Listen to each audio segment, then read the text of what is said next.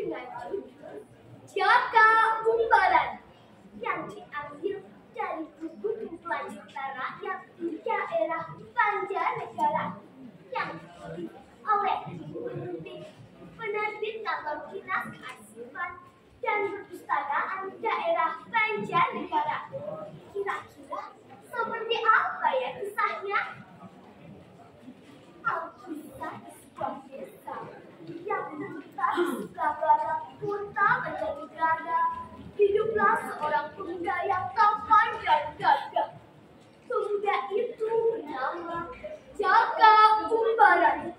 Ia dilahirkan dari seorang ibu yang bernama Dewi Nawangsari, anak dari seorang kakek yang bernama Ki Ageng Giri. Sejak dilahirkan, Jaka Umbaran belum pernah mengenali ayahandanya. Jangankan mengenalinya, teman-teman, melihatnya pun ia belum pernah. Konon sang ibu dan kakeknya mempunyai perjanjian untuk tidak menceritakan kepada siapapun siapa ayah Jaka Umbaran yang sebenarnya. Jika ia sampai ada janji, ada risiko yang harus ditanggung. Berkali-kali Jaka Umbaran menanyakan kepada ibu dan kakeknya tentang siapa ayahandanya. Nah, beliau yang gagah dan tampan seperti kamu, nah. Beliau juga berbudi luhur dan baik hati. Sekilas, Ibunda Dewi Nawangsari menceritakan kepada Jaka Umbaran.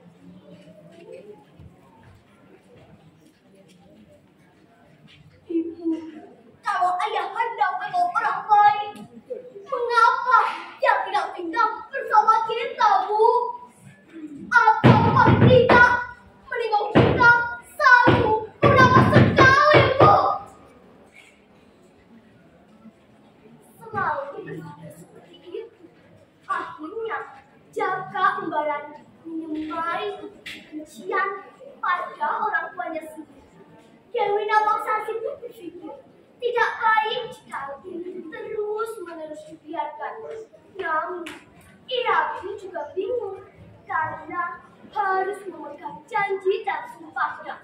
Sebuah janji suci yang tidak mungkin dilanggarnya. Pada suatu hari, sang kakek Ki Ageng Giri menemui Dewi Nawangsari. Mereka berdua membicarakan tentang Jaka Umbaran yang sudah dewasa. Menurut sang kakek, demi kebaikan Jaka Umbaran, beliau meminta Dewi Nawangsari untuk menceritakan semua tentang riwayat kelahiran Jaka Umbaran.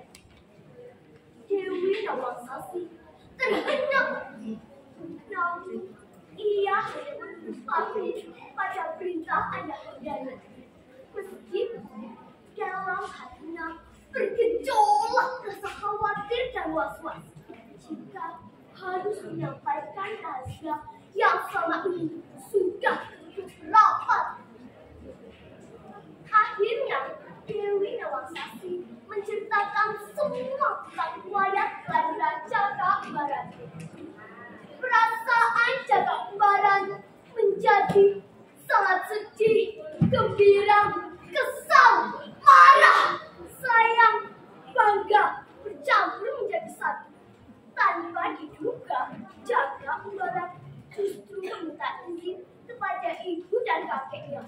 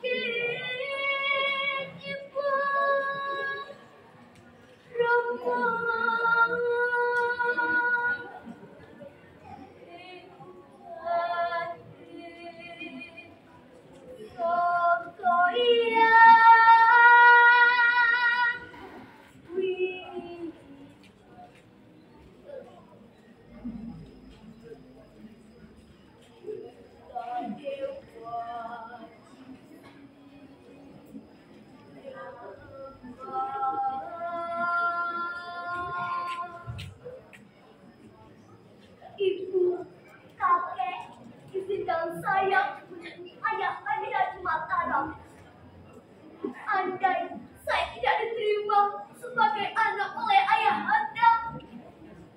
Saya akan kembali dan mengabdi kepada ibu dan kakek. Lucu Jaka Unggaran. Akhirnya dengan berat hati Dewi Nawangsari dan sang kakek melepas kepergian Jaka Unggaran. Setelah beberapa hari menempuh perjalanan, akhirnya Jaka Unggaran sampai di Mataram. Namun, baru akan memasuki pelataran kerajaan, ia sudah dihadang oleh seorang prajurit yang ngeyel dan agak kurang didengarannya.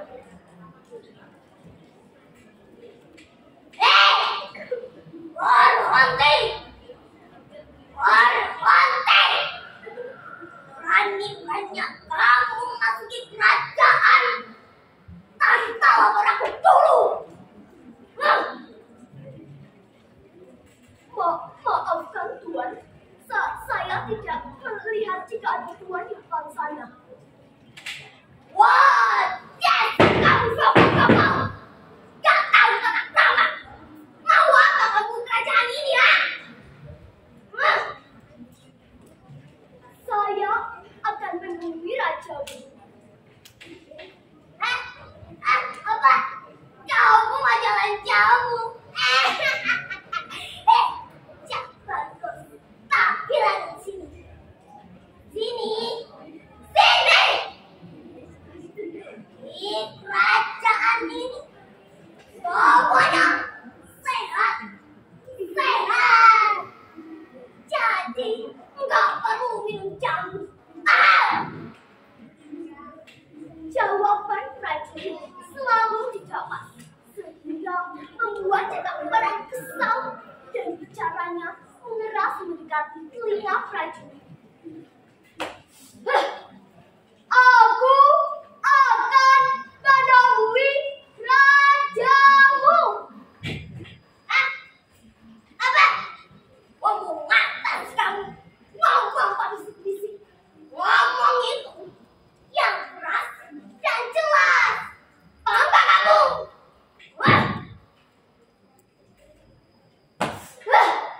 Aku akan menemui rajamu. Sampaikan ke rajamu, aku cucu Ki Ageng Giring, sahabat Ki Ageng Pemanahan. Cukup sampaikan itu saja. Aku yakin Paduka pasti mengerti. Walah, gitu toh. Ngomong dari tadi. Benar saja, teman-teman. Tak lama kemudian, Raja Mataram yang bernama Danu Sutawijaya yang digelar Raden Ngadewani Kasar mempersilahkan Jaka Unggaran untuk menemuinya. Satu dan gemetar. Maklum, ia dari desa dan harus menemui orang nomor satu di Mataram. Kedatangan Jaka Unggaran di kerajaan diterima dengan baik oleh raja dan kerabat kerajaan. Tinggallah di sini dong. Namun ada satu syarat. Kamu harus memperkenalkan diri sebagai cucu Ki Ageng Giring, sahabat Ki Ageng Pemanahan. Ayo. Akhirnya Jaka Unggaran tinggal di kerajaan. Setiap harinya ia belajar layaknya seorang satria, seperti memanah, melempar tombak, dan berkuda. Setelah beberapa hari tinggal di kerajaan, ia pamitan pulang untuk meminta izin kepada ibu dan kakeknya jika ia nantinya akan menetap tinggal di kerajaan. Semula raja sangat keberatan, namun akhirnya merestuinya. Baiklah, kuizinkan kamu pulang, namun jangan terlalu lama. Dan bawalah keris yang belum ada orang kaya ini. Buatkan sarung keris dari kayu buah sari yang berasal dari desamu. Perintah sang raja sebenarnya itu adalah pesan tersembunyi dari Danus Brawijaya. Namun, Cakak Kubaran tidak pernah mengerti maknanya, bahwa sejatinya Sang Bawah adalah senjata untuk memiliki Aki Giring dan Dewi Nawangsari.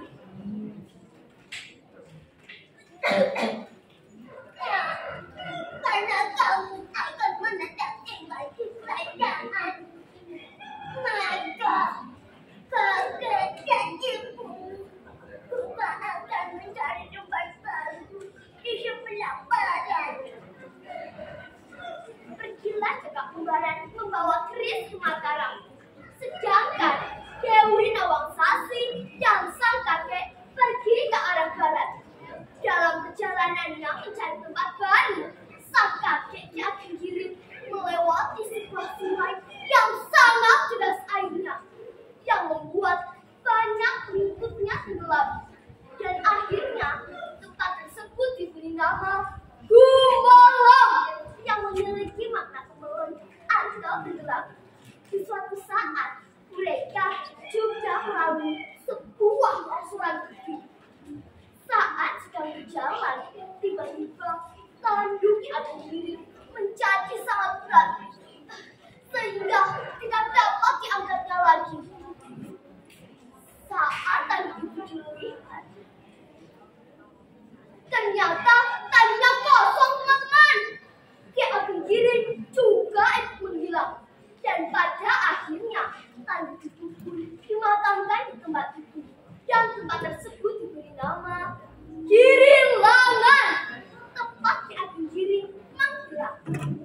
Di sisi lain, Dewi Nawangsari sendiri sedang bertapa di atas pohon elo di tepi Kali Sapi.